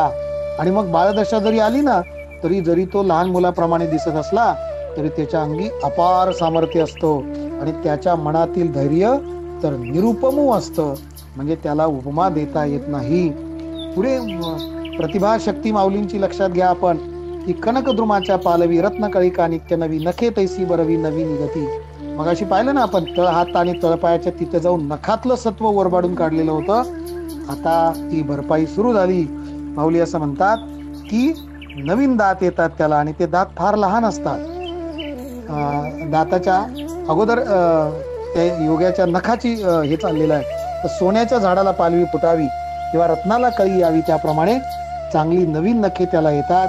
आणि मग दात कसे असतात, तर दात आपल्याला माहिती आहे की दुधाचे दात जाऊन मग परमनंट दात येतात. मग ते पडले की पुन्हा दात येत नाही, मग एक नकली दात बसवावे लागतात म्हातारपणी, त्याला आपण कवळी असं म्हणतो. पण ही कवळी नाही, हा एक शरीरशास्त्राच्याही पलीकडचा चमत्कार वाटावा असा परमनंट दात सगळे पडून गेलेले आहेत आणि तिथे आता नवीन दात आलेले आहेत. दातही आन होती परी अपाडे साने जाती. लहान लहान दात आहेत, लहान मुलाचे जसे असतात तसे, आणि ते अपूर्व आहेत आणि फार आहेत आणि जणू काय दोन्ही बाजूला हिऱ्यांची रांग बसलेली आहे की काय, असं वर्णन दातांचं त्या ठिकाणी केलेलं आहे. मग पुढे अंगावरती रोम आले, जे रोम मगाशी आपण पाहिले ना ते रोम गेलेले होते. 234व्या ओवीमध्ये केशांच्या रोमबीजांची करपलेलं होतं ना ते रान, सगळं ते करपलेल्या रानाला आता पुन्हा अंकुर फुटलेले आहेत. आणि माणिकाचे अणु एवढाले कण जसे असावेत ना तसे त्या ठिकाणी रोम तयार झाले. मग तळहात आणि तळपाय, मगाशी जे आपण थांबलो होतो तिथे थोडा वेळ एक शंका म्हणून की तळहातापर्यंत कशी काय गेली, तर ते आता पुन्हा तळहात आणि तळपाय कसे झालेत तर ते रातोत्पळे म्हणजे रात्री विकसित होणाऱ्या कमळाप्रमाणे, तांबड्या कमळाप्रमाणे ते तळहात, अतिशय नाजूक लहान मुलाच्या हाताप्रमाणे. आणि डोळे किती निर्मळ, माऊली म्हणतात काय सांगू तुम्हाला, पाखाळी व होती डोळे किंवा डोळे होती पाखाळी व काय सांगू त्या डोळ्याच्या निर्मळतेचं वर्णन. आणि मग त्याच्यानंतर पुन्हा त्या दृष्टीबद्दल वर्णन करतात माऊली. म्हणजे ह्या पुढच्या 1-2 ओव्या ज्या आहेत ना त्या दृष्टीच्या संदर्भातल्या आहेत. योग्याची दृष्टी कशी असते, निदाराचिनी कोंदाटे मोतीये नावरती संपुटे मग शिवणी जैशी उतटे शुक्ती पल्लवांची. परिपक्व अवस्थेमध्ये मोती झाल्यानंतर त्या मोत्याच्या शिंपल्याला जसं त्याला आवरून धरता येत नाही, जसं त्याची शिवण उसवते आणि त्याच्यातून तो मोती बाहेर पडतो, त्याप्रमाणे त्या मोत्याप्रमाणे तैशी पाती याची कवळी न समाये दिठी जाकळोनी निघोप आहे आदिलीची परी होय गगना कवळी ती. त्याप्रमाणे ती डोळ्यांच्या पापण्यांमधून सुद्धा पातियांच्या कवळीमध्ये पापण्यांच्या याच्यात न मावणारी दृष्टी, त्या पापण्यांची जी काही शिवण आहे किंवा ज्या पापण्या मिटलेल्या अवस्थेत अर्धोन्मिलित अवस्थेला विधून ती व्यापून बाहेर येते आणि ती दृष्टी आधीचीच असते. पण काय होतं, गगना कवळी ती जी दृष्टी आहे ती गगनाला व्यापणारी इतकी व्यापक त्याची दृष्टी, योग्याची दृष्टी त्या ठिकाणी होते. त्याचं विजन ब्रॉड माइंडेड होतो, त्याची दृष्टी व्यापक होते आणि आकाशाला सुद्धा ती कवळणी घालते. मग त्या योग्याला पुढे काय चमत्कार होतात ते त्याची दृष्टी जर आकाशा एवढी झाली असेल तर त्या योग्याला सगळंच दिसायला लागतं. ऐके देह होय सोनियाचे तरी लाघवे वायूचे ज्या पाणी पृथ्वीचे अंश नाही. देह सोन्याचा होतो परंतु लघुत्व वायूचं असतं, कारण त्याच्यामध्ये पृथ्वी आणि जल हे नाही राहिलेलं, मग फक्त वायू शिल्लक राहिलाय. ज्या पाणी पृथ्वीचे अंश नाही मग हलकं होतं. हलकं झाल्यामुळं काय 269वी जी ओवी आहे 269वी ओवी ते पुढच्या 1-2 ओव्या याच्यामध्ये योग्याच्या अंगी असणारं जे सामर्थ्य आहे ते सामर्थ्य या ठिकाणी माऊली वर्णन करतात. 269 ते 270 किंवा ह्या 1-2 ओव्यामध्ये त्याला काय दिसतं माऊली असं म्हणतात, समुद्राच्या पलीकडचं त्याला दिसतं. स्वर्गीचा आलोचू नाही के, स्वर्गामध्ये स्वर्गातला नाद ऐकायला येतो, स्वर्गातली कुजबूज ऐकायला येते. बोललेलं तर ऐकायला येईल, पण देव परस्परांच्या मध्ये काय संभाषण करतायत, इंद्र काय म्हणतोय आपल्या इतर देवांना, सगळ्या देवांच्या मधलं परस्परांच्या मधलं जे संवाद आहे तो योग्याला ऐकायला येतो. आता सध्या टीव्हीला स्वामी समर्थांची एक मालिका त्या ठिकाणी लागलेली, त्या मालिकेत एक प्रसंग दाखवला होता की ते स्वामीजी आहेत ते असे बोलताना दिसतात. मग ती गृहिणी येते आणि विचारते की तुम्ही कोणाशी बोलता, तर ते म्हणाले मी माझ्या जे साधक आहेत, माझे भक्त आहेत त्यांच्याशी मी बोलतो. आणि मग ती म्हणते माझी चेष्टा करता का, मग ते स्पर्शाने त्या गृहिणीच्या त्या स्त्रीच्या ती शक्ती संक्रमित करतात आणि मग तिला पण ते ऐकायला येतात. तर हे त्या ठिकाणी सांगितलं, तर त्याची या ठिकाणी वर्णन आपल्या लक्षात येतं की स्वर्गातलं सुद्धा जो नाद आहे, कुजबूज आहे, देवादेवांच्या मधली कुजबूज त्याला ऐकायला येते. मनोगत ओळखे मुंगीचे, मुंगी सगळ्यात सूक्ष्म प्राणी आहे, सगळ्यात लहान प्राणी आहे. मुंगीच्या मनात काय चाललंय ते पण ओळखते. हे फक्त उदाहरण म्हणून मुंगीचं दिलंय. मुंगीच काय, या विश्वातल्या सगळ्या सजीवांच्या अंतरंगातलं मनोगत काय आहे, त्याच्या मनात काय चाललेलं आहे, एवढंच नव्हे तर समूहाच्या मनात काय चाललेलं आहे ते सगळंच्या सगळं त्या योग्याला कळतं. एवढी त्याची ती सिद्धी त्याला प्राप्त झालेली होती. पवनाचा वारी कवळगे, चाले तरी उदकी पाऊलन लगे. तो वायुरूप घोड्यावर बसतो, म्हणजे आकाश मार्गाने जाऊ शकतो, पाण्यावर चालतो, पण अधांतरी चालतो. अशा अनेक सिद्धी योग्याला त्या ठिकाणी प्राप्त होतात. हे या 2 ओव्यामध्ये सांगितलेलं आहे. पण या सिद्धीमध्ये अडकायचं नाही असं गुरुंनी आधीच सांगितलेलं असतं. या रिद्धी सिद्धी तुम्हाला प्राप्त होतील, त्या सिद्धीमध्ये तुम्हाला अफाट सामर्थ्य येईल, तुम्ही काही करू शकता असे सामर्थ्य येईल. आता मला सांगा ना, पाण्यावर चालता यायला लागलं, वायू रूप घोड्यावर बसता यावं लागलं, लोकांच्या मनातलं ओळखायला लागलं, तर मग काय किती सामर्थ्य आहे. कोर्टामध्ये इकडं तिकडं चोराच्या मनात काय चाललंय किंवा आणखी कोणाच्या मनात काय चाललंय, समोरच्या मनात काय चाललंय, किती सगळ्या गोष्टी त्याला रिद्धी सिद्धी प्राप्त होतील. परंतु त्याने तिथे अडकू नये, कारण आता ध्येय त्याचं जवळ आलेलं आहे. किती जवळ आले, आता ती पुढचा प्रवास कुंडलिनीचा 271 पासून तर पुढच्या 277 पर्यंत कुंडलिनी शक्तीचा अनाथ चक्रापर्यंतचा प्रवास. आणि तिथे गेल्यानंतर ती कशी दिसते, तर कुंडलिनी शक्ती जी आहे ती कशी पोचली हृदयामध्ये, ताईके प्राणाचा हातू धरुणी, गगनाची पावटी करुणी, मध्यमेचिनी दादराहुनी हृदय आली. तर ही कुंडलिनी शक्ती प्राणवायूचा हात धरून हृदय आकाशाची पायरी करून सुषुम्ना रूप नाडीच्या जिन्याने ती हृदयामध्ये आलेली आहे. आणि मग ती कुंडलिनी कोण आहे, जगदंबा आहे, जगन्माता आहे, जगाची आई आहे, चैतन्य सम्राटाची ती चैतन्य चक्रवर्तीची शोभा आहे, विश्वबीजाच्या कोंबाला सावली देणारी ती विश्वमाऊली आहे, निराकार ब्रह्माची ती साकार मूर्ती आहे. निराकार ब्रह्म आहे ते असं याच्यात आकारात आणता येणार नाही, पण ही कुंडलिनी शक्ती जी आहे ती जणू निराकार ब्रह्माची साकार मूर्ती आहे. परमात्मा शिव आहे, शून्यलिंग जे आहे ते ज्या करंडीमध्ये ठेवतात ती करंडी म्हणजे कुंडलिनी आहे. आणि प्राणाची म्हणजे प्रणवाची म्हणजे ओंकाराची ती उघड जन्मभूमी आहे. म्हणजे याच भूमीमध्ये ओंकार, प्रणव किंवा अनुहात नाद किंवा अनाहत ध्वनी इथंच त्या ठिकाणी जन्माला येतो.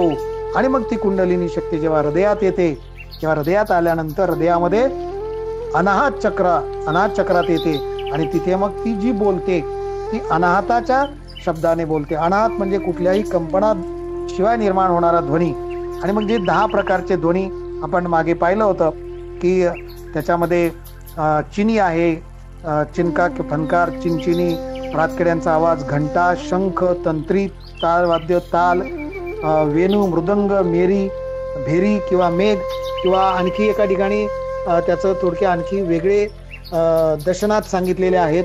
ते म्हणजे भ्रमर, शंख, मृदंग, टाळ, घंटा, वीणा, डंका, दुंदुभी, समुद्र गर्जना आणि मेघ गर्जना यातून उमटणाऱ्या हा जो नाद आहे. पुढे तर याचा उल्लेख येणार आहे, त्यावेळेला मी परत सांगेल. तर हे जे नाद आपण जर लक्षात घेतले ना तर बघा, शंख हे सगळे देवाच्या मंदिराच्या तिथे आढळणं. शंखनाद देवाला आहे, मृदंग देवाच्या त्या, टाळ देवासाठीच आहे, घंटा मंदिरातली आहे, विणा मंदिरासाठी आहे, देवासाठी आहे, डंका सुद्धा, दुंदुबी एक वेळेला रणांगणामध्ये आहे, समुद्र गर्जना आणि मेघ गर्जना. पण यातले जे बरेच ध्वनी आहेत, हे दशनाद जे आहेत, ते सगळे बरेच मंदिराच्या किंवा देवालयाच्या जवळपास असतात. तर या ठिकाणी हृदयात मात्र काय आहे, अनाहत शब्दाने ती बोलत असते. जो अनाहत ध्वनी म्हणजे काय आहे, जो कुठल्याही वस्तूच्या कंपनाने निर्माण होत नाही तो अनाहत, आणि वस्तूंच्या कंपनाने निर्माण होतो तो आहत. आणि मग हा ध्वनी कुणाला ऐकायला येतो, तर कुंडलिनीच्या जवळ असणारी जी बुद्धी आहे ना, शुद्ध बुद्धी. महाराजांनी याचं वर्णन करताना सांगितलं होतं की बुद्धीमध्ये चैतन्याचं प्रतिबिंब पडलेलं असतं. ती बुद्धी त्या कुंडलिनीच्या जवळच असल्यामुळे तिच्या कानावर हा ओंकाराचा अनाहत ध्वनी जातो. आणि काय, तर तो जो अनाहत ध्वनी आहे म्हणजे परावाणीच्या कुंडीमध्ये ध्वनी आणि नादरूपी ओंकाराच्या आकाराची रेखीव अशी चित्रे त्या ठिकाणी उमटतात. याचे आपण कालही पाहिलं की अशी कल्पना करायची की तो परावाणी जी आहे ती परावाणीची कुंडी आहे. त्या परावाणीच्या कुंडीमध्ये ध्वनी आणि नादरूपी म्हणजे तो जो नाद आहे ना, तो जणू असं अक्षर रूपाने त्या ठिकाणी, त्या चित्राच्या रूपाने तो असा प्रकट होतो त्या ठिकाणी. ओम ओम ओम, तो जो ध्वनी आहे ओंकार ध्वनी, त्याची जणू काय अशी त्या आकाराची रेखीव अशी रूप त्या ठिकाणी त्या परावाणीच्या कुंडीमध्ये उमटतात. अशी ही माऊलींची त्या उच्च स्तरावरची कल्पना आहे. त्यानंतर मग ह्या गोष्टी माऊली असतात की त्या कल्पनेने जाणता येतात. आणि मग जर कल्पनेने जाणता येतात, पण कल्पना करणारं मन कुठे आहे, कल्पना करणारं मन हे पहिल्या सुरुवातीला स्थिर झालं, किंवा काल आपण पाहिलं मन अमन झालं.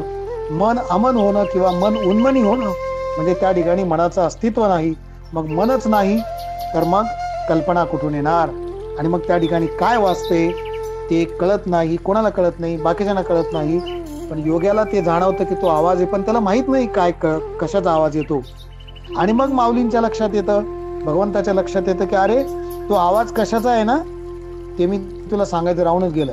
तुला नाही कळलं ना तो आवाज कशाचा आहे, काय वाचतंय एवढंच कळते, काहीतरी वाचतंय, काय वाचतंय मग ते सांगायचं राहून गेलं. आणि ते आवाज काय येतो, तर वायूचा नाश न झालेल्यामुळे, वायूचा नाश झालेला नाहीये, म्हणजे पृथ्वी आप याचा नाश झाला, वायूचा नाही झाला. आणि वायूचा नाश न झाल्यामुळे हृदय आकाशामध्ये शब्द असतो, कारण आकाशाचा गुण शब्द आहे, आणि म्हणून तो अनाहत शब्द जो आहे तो त्या ठिकाणी गुंतो असं तू समज. आणि मग काय झालं की अनाहत रूपी मेघाने आकाश दुमदुमू लागतं. म्हणजे आता आपण नाद पाहिले ना, मेघ गर्जना, हे दशनादातलेच हे 10वा नाद आहे. आणि मग तो काय होतो, आकाश दुमदुमू लागतं. आणि त्याच वेळेला महत्वाचं ही ओवी लक्षात घ्या, तव ब्रह्मस्थानीचे बेगे सहज फुटे. ब्रह्मस्थानाचं दार त्या ठिकाणी आपोआप उघडलं जातं. आणि मग अर्जुना, कमळाच्या गर्भाच्या आकाराप्रमाणे जे मूर्धनी आकाश आहे ना, ते दुसरं महाकाशच आहे. त्या ठिकाणी कोण आहे, चैतन्य आहे. ते चैतन्य अतृप्त आहे, त्याला ते पूर्ण जेवलेलं नाही, अर्धच जेवून त्या ठिकाणी बसलेलं आहे. ते जीव चैतन्य सुखासाठी अतृप्त राहिलेलं आहे. आणि मग त्या अतृप्त जीव चैतन्याला ही कुंडलिनी माता काय करते, माझ घरात घेऊन जाते. त्या चैतन्याला हृदयाच्या माझ घरात घेऊन जाते आणि त्याला आपल्या ठिकाणी असणारी तेजाची शिदोरी अर्पण करते. इथं तेजाचा म्हणजे पुढचं जे तत्व जे आहे तेज, पंचमहाभूतातलं ते तेजाचा लय या ठिकाणी झाला. आणि मग पुढे आहे ना पिंडे पिंडाचा, त्याचा तर इथं तो लय झाला. हे जे कुंडलिनीच्या जवळ असणारं जे तेज आहे ते तेज त्या चैतन्याला तिने प्रदान केलं. आणि फार सुंदर आहे की कसं दिलं ते, तर द्वैत ज्याला पाहणार नाही, द्वैत तेथ न देखे तैसे केले. कशाने, बुद्धीचे नि शाखे, बुद्धीच्या भाजीसह, म्हणजे बुद्धिरूपी भाजी, शाकभाजी, आणि ती हात बोने म्हणजे हातात घेतलेला तो नैवेद्य. आणि तेज आहे, ते तेज रूपी नैवेद्य जो आहे, तेजाचा नैवेद्य बुद्धीच्या भाजीसह त्याला अर्पण केला. आणि तेज अर्पण केल्यामुळे मग कुंडलिनी त्या ठिकाणी कशी दिसते त्याचं वर्णन पुढच्या ओव्यांच्या मध्ये आहे. तर ती फक्त प्राणवायू रूप राहते. आणि मग कशी, माऊली त्याचं 2-3 ओव्यांच्या मध्ये पुन्हा वर्णन करतात. एक साधारणतः 286 पर्यंतचं हे वर्णन आहे. कशाचं वर्णन, तेज दिलेली जी कुंडलिनी आहे त्याच्यानंतर काय कशी दिसते, तर ती पवनाची पुतळी, पांगोरली होती सोनसळी, ते फेडून या वेगळी ठेविली ती या. जणू वायूच्या बाहुलीने पितांबर नेसावा आणि ते पितांबराचं वस्त्र तिने सोडून द्यावं, आणि मग काय शिल्लक राहील तशी. किंवा वाऱ्याच्या झुळकेने दिव्याची ज्योत जावी, आणि मग काय शिल्लक राहील, ज्योत तर गेली, तेज गेलं, काय शिल्लक राहील तशी ही कुंडलिनी शक्ती दिसते. किंवा आकाशामध्ये वीज चमकून गेलेली आहे आणि अदृश्य झालेली, चमकली तेव्हा तेज होतं, गेली तेव्हा तेज नाहीसं झालं, मग काय तसं. किंवा हृदय कमलापर्यंत जणू ती सोन्याची सरी शोभावी, लखलखणारी सोन्याची शरी शोभावी. किंवा काय, प्रकाश रूप पाण्याचा झरा जसा वाहत यावा तसं ते त्या ठिकाणी दिसतो.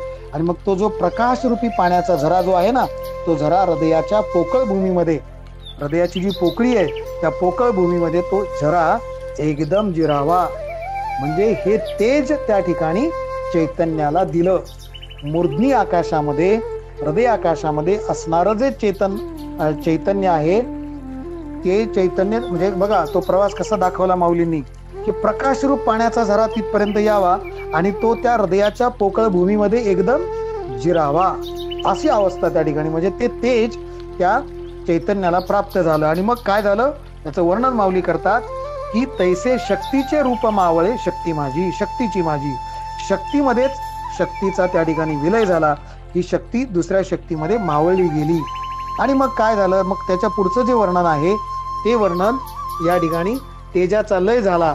आणि मग 283 ते 86 पर्यंत तेजानंतर ती कशी वाचते हे झालं.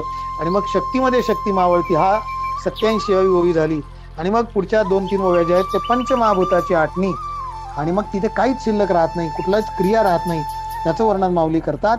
माऊली असं म्हणतात की एक ओवी राहिली 288, तेव्हा तरी शक्तीची म्हणजे एरवी तो प्राणू केवळ म्हणे जाणीजे, आता नाद बिंदू नेणीजे कळा ज्योती. आणि मग त्यावेळेला त्याला शक्तीच असं म्हणतात. पण शक्ती जरी म्हणत असलं तरी तो फक्त प्राणवायू आहे.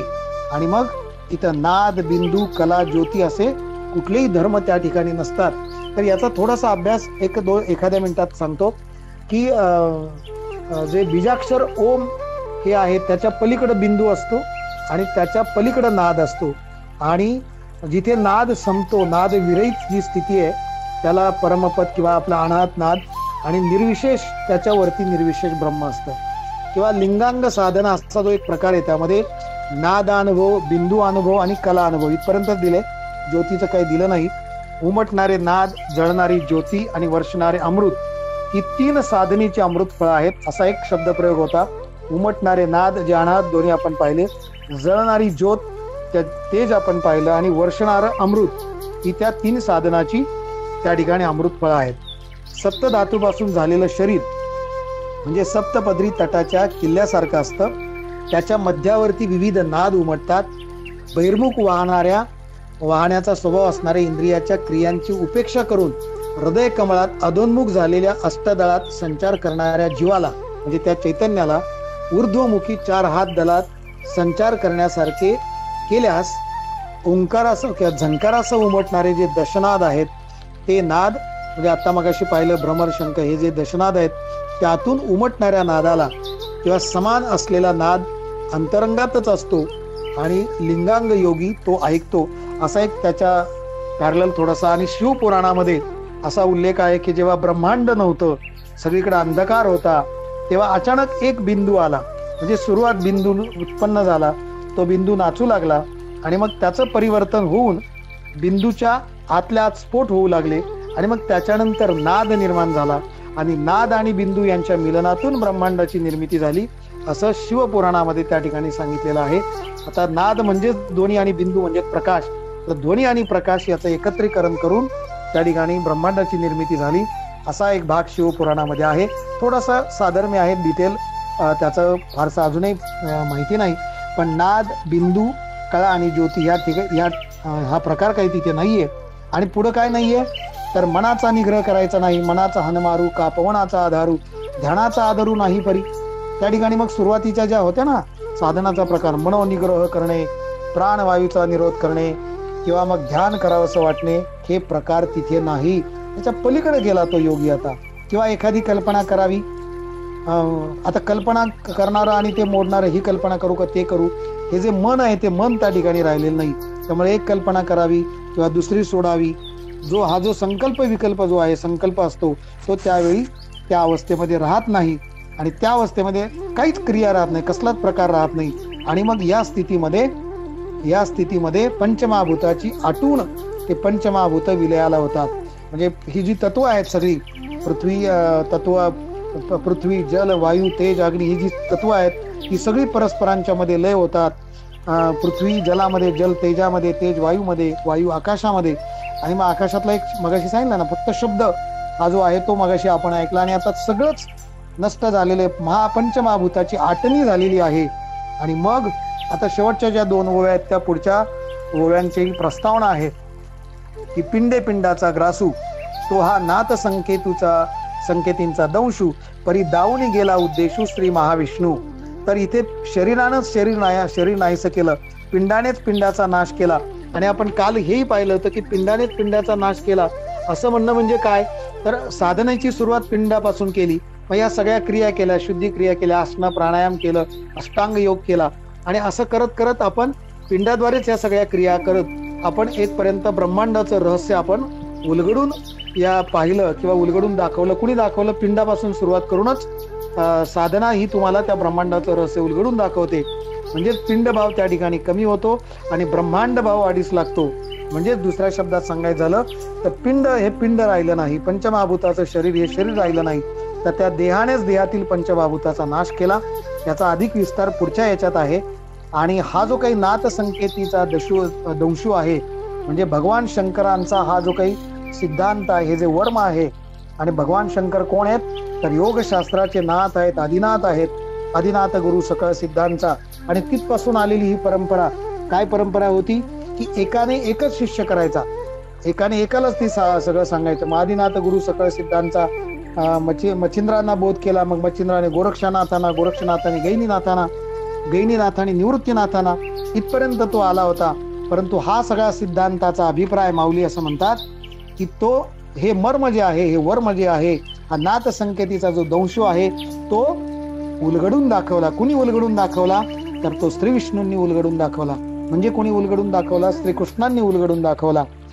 पण इथे आपण असाही अर्थ करू की हा जो काही योग मार्गाचा जो काही सिद्धांत होता, हे वर्म होतं, हे गुडार्थ होता, हा गुरुकृपा. तर गुरु कोणी? माऊलींचे निवृत्तीनाथ कोणाचे अवतार आहेत? शंकरांचे अवतार आहेत. आणि मग शंकराचं हे वर्म जे आहे ते विष्णूने म्हणजे कृष्णाने उलगडून दाखवलं. इथे निवृत्तीनाथांचं हे जे रहस्य आहे, गुरूंचं रहस्य जे आहे ते माऊलींनी उलगडून दाखवलं. माऊली कोण आहेत? महाविष्णूचा अवतार आहेत. तर हाही आपण त्या ठिकाणी असा अर्थ लावू शकतो. तर हे जे गुढार्थ आहे, जो वर्म आहे, जो सिद्धांत आहे भगवान शंकराचा, आणि हे कोणालाही न कळणारं वर्म, हे एका शिष्य करत इथपर्यंत आलं होतं. पण माऊलींनी काय केलं, त्या अवघ्या विश्वाला उलगडून दाखवलं. आणि त्यांच्याच कृपेने आज आपण हे सगळं आपण समजून घेतलं. ती गुढार्थाची जी तया ध्वनिताचे केने सोडूनी, यथार्थाची घडी झाडूनी, उपलविली म्याज आणूनी ग्राहिक स्रोते. अशी ती गुढार्थाचं गाठोडं ते काय केलं मी, ते उघडं केलं. आणि का उघडं केलं?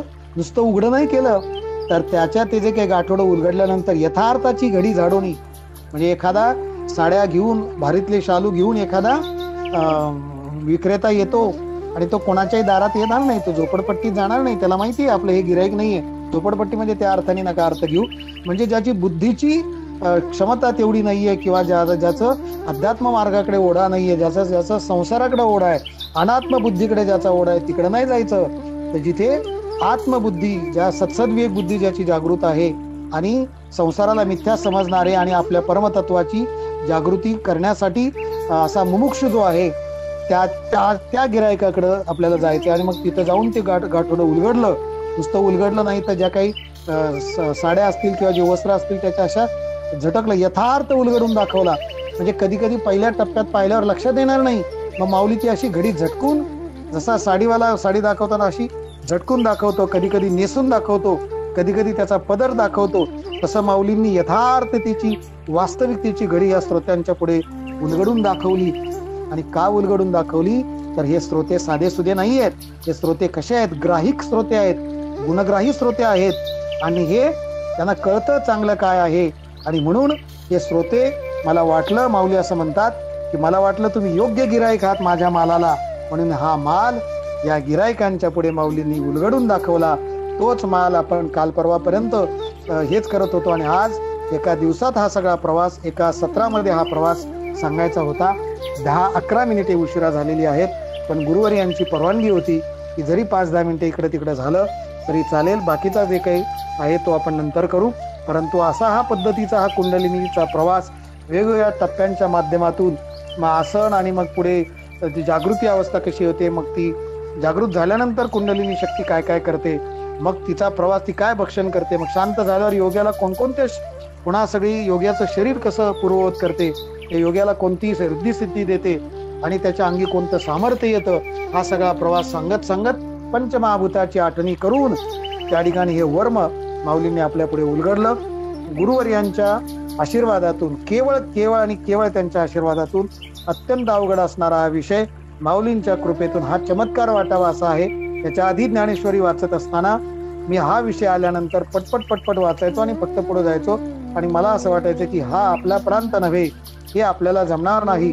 परंतु सद्गुरूंनी सांगितलं, सर म्हणजे तुम्हाला हे घ्यायचं आहे आणि मी कुठलाही म्हणजे मी कधीच नकार देत नाही महाराजांना, आणि खात्री असते की त्यांचा आशीर्वाद आहे आणि जेव्हा असतील आडलं जाईल तेव्हा त्यांच्याशी संवाद साधला जाईल. आत्ताही ते माझ्या समोर आहेत आणि मला जेव्हा असं वाटतं तेव्हा मी मोबाईलमध्ये पाहिलं की महाराजांचं जे आहे तिथे माऊली दिसतात आणि मग माऊली आणि त्या ओव्या, या ओव्यांच्या रूपात माऊली असं समोर येऊन तो अर्थ असा उलगडून दाखवतात. तोच अर्थ माऊलींच्या कृपेने उलगडून दाखवला. मी तर फक्त हे माध्यम होतं, शरीराचं बोलण्याचं माध्यम, तर हे फक्त तुमच्या पुढे उलगडून दाखवलं. बोलतानाच्या ओघामध्ये काही अशास्त्रीय अशा स्वरूपाचं जर काय बोललं गेलं असेल तर ते केवळ माझ्या बुद्धीचे दोष आहेत. फक्त माऊलींच्या शब्दांचा अर्थाला प्रवास करत, अर्थाच्या बोट धरून आपण हे सगळं मांडलं. त्याचा अनेक गुढार्थ मोठा आहे, तो मोठे योगी सांगतील. इथपर्यंतचा प्रवास हा सगळा झाला. माऊलींच्या चरणी आणि गुरुवर्यांच्या चरणी, हा साधकांच्या चरणी अर्पण करतो आणि वाणीला पूर्णविराम देतो. रामकृष्ण हरी.